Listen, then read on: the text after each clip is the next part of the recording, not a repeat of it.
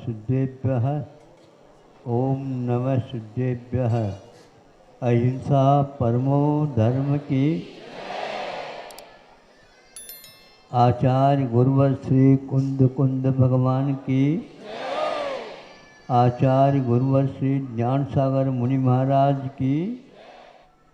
पहले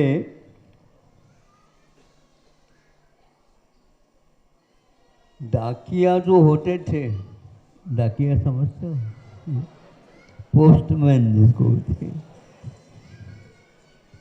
वो पैदल से ही अपने कंधों पर पत्र आदि जो कुछ भी है ले जाते थे और एक निश्चित स्थान उनकी सीमा होती थी, वहाँ पर उससे पहले ही प्रतीक्षा में एक डाकिया रहता था।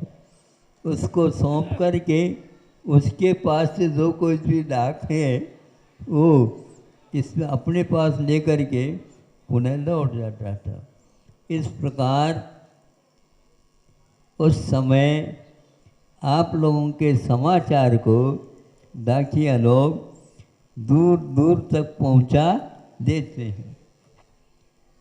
इससे स्पष्ट होता है कि कार्य करने की शैली समय समय पर क्या है तुम लोग, तो वह उससे काम चलता था। एक दूसरे के पूरक होने से इस छोर से उस छोर तक 24 घंटे के भीतर अपना कार्य होता था। और आज पास ही ले रख, ज़्यादा बोलना हो रहा, डाकिया का काम तो कम। इसमें बहुत सारे अनर्थ होते जा रहे हैं, आप लोग इससे अवगत हैं।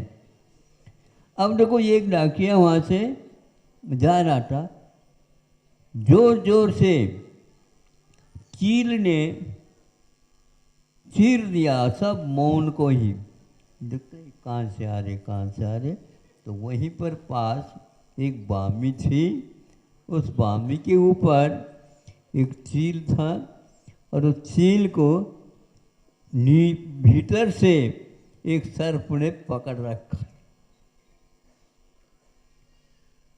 और वह किसी भी प्रकार से हाथ पैर लगा करके निकालना जो नहीं छोड़ रहा था।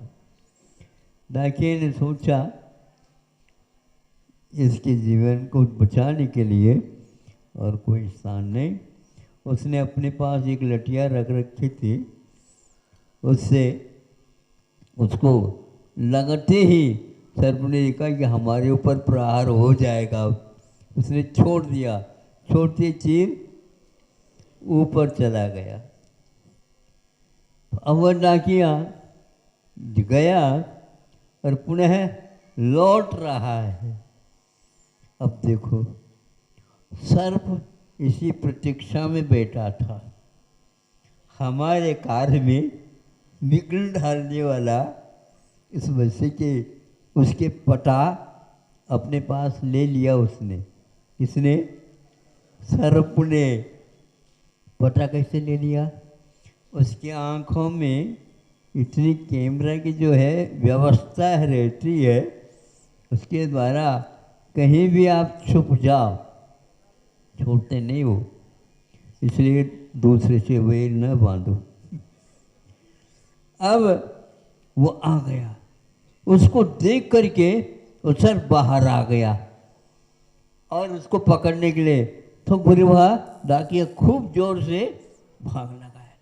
उस जोर से भाग लगाया, उसी बीच में से ऊपर जो चील था उसने आकर के उस सर्प को पकड़ लिया।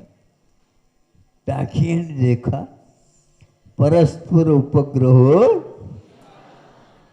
अच्छे ढंग से बोला, हाँ हाँ, एक दूसरे से यदि सहयोग देते हैं संकट में और शुभ कार्यों में, सब में सहानुभूति रखते हैं, ये कार्य हो जाता है, इसको सहानुभूति। दुख में दुखी हो जाना, इससे भी बहुत बल मिलता है। कहीं गमी होती है तो आप लोग जाकर देख लो, आपको देख करके वह विशेष रूप से रोने लगता है, उसको रोने को बंद करा करके आप उसको सहानुभूति देते हैं। सहानुभूति का अर्थ यह है, उसके अनुभव को हम भी अनुभव में लाएं, इसको बोलते हैं सहानुभूति। उस अनुभूति के साथ हम भी हिस्सा उसमें ले ले, इससे दूसरे के दुख का बोझ कम हो जाता है। और यदि मान लो खुशी की बात है तो फिर खुशी का तो कोई पार होता ही नहीं है। तो वह कुछ देर समय के बाद वहीं पर खड़ा होकर के देखता रहा, वाह, सर्प ने तो मेरे साथ वैर पकड़ लिया, लेकिन ये इसके साथ भी तो वैर हो गया था, उसके आप भूल कैसे सकते हो?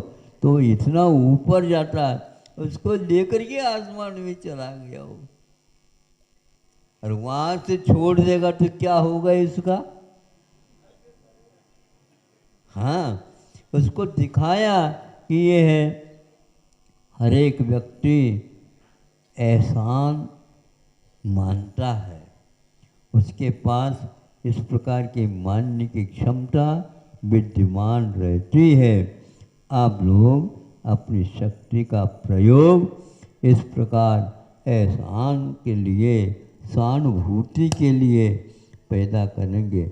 अपने आप ही दो आंसू आँख में आ गए, बस इतना पर्याप्त होता है, वह उन आंसुओं को पहुँच लेता है। बस इसमें हमेशा हमेशा के लिए मित्रता आती है। आप लोग वैर बांधने में लगे हुए हो, दूसरे से जो कुछ भी है उसको झपट करके छीना झपटी में लगे हुए हो, और क्या है मुझे बताओ? ये सब लोग सुनाते, महाराज किसान इतना श्रम कर जाता है, नहीं समझे? श्रम करके की जब फसल ज़्यादा अच्छे ढंग से आ जाती है, और इधर इधर क्या दुकानदार या व्यापारी लोग दवा देते हैं, भाव गिरा देते हैं, तो फिर कभी भी भाव अच्छे होंगे नहीं उनके। गिराने के भाव ठीक नहीं है, उठाने के भाव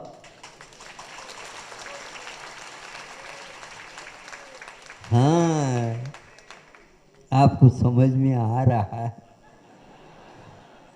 गिराने के भाव कुछ पाई के लिए कर देते हैं। कितना किसान को उस समय दुख होता है, वेदना होती होगी, मैंने कष्ट किया, श्रम किया, और इस साल तो यदि सरकार हमारे साथ देगी तो निश्चित रूप से दुगना हो जाएगा, किंतु उसको आधा मिलना भी मुश्किल हो जाता है। अखबार में जब सुनते हैं तो ऐसा लगता है शासन भी है, सभी है, न्यायालय भी है, सब कुछ है, सुनवाई नहीं होती। उनके कहने से तो भाव बढ़ा देते हो, और इतना भाव बढ़ा दिया क्या, किंतु जब तक वह किसान के हाथ में रहेगा तो बढ़ नहीं सकता। कई लोगों का खून का संचार कुछ ऐसे कार्य करते ही बढ़ जाता है, और अति बढ़ जाता है तो हाई ब्लड प्रेशर, हाय नहीं समझे? नारा लगाते ना, हाय ये बढ़ जाता है, और घटा देते हैं तो रोने लग जाता है। ये रोदन उसका दोनों तरफ होता है, बढ़ जाती फसल बहुत अच्छी आती है, लेकिन दाम गिर जाता है तो किस काम को। कई बार सुनते हैं टमाटर सड़ रहा है, कोई लेने वाला नहीं, और जब जब महंगे हो जाए, महंगे अपने हाथ में है, तब महंगे हो जाते हैं, तब दुकान के अपने किसान के हाथ में कुछ नहीं रहता। हाँ, एक बार सुनते हैं कि प्याज और टमाटर के नीचे गिरने से सरकार गिर गई।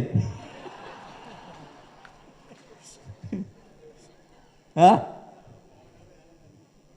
मतलब आप भी जानने लगे सरकार को कैसे गिराया जाता है। अरे ये इस प्रकार है कि सरकार जानते हुए भी गिरावट करती है, किसान हमेशा हमेशा। और कहीं ये नारा लगाते हो क्या, किसान जय किसान। हाँ, इससे नारे से कुछ नहीं होता, नारा किनारा नहीं मिलता। कोई नारा लगा दे, पार होने की बात करो, संकट मुक्त सभी हो सकते हैं। इसलिए सरकार को चाहिए हमेशा हमेशा जो श्रम करता है उस श्रम का शोषण ना हो, पोषण हो, इतना ही पर्याप्त है। डाकिया को याद रखना, उस चील को भी याद रखना, उस सर्प को भी याद रखना, और परस्पर उपग्रहो जीवाना, इस सूत्र को याद रखो। इसके द्वारा सरकार भी निश्चित रूप से अच्छाई की ओर मुड़े, नीति न्याय निष्ठ हो करके राजा प्रजा का हाँ संरक्षण करे। इसके अलावा और कुछ नहीं। गृहस्थ अवश्य में ये भी हो जाता है तो निश्चित रूप से वह काम का आ जाता है।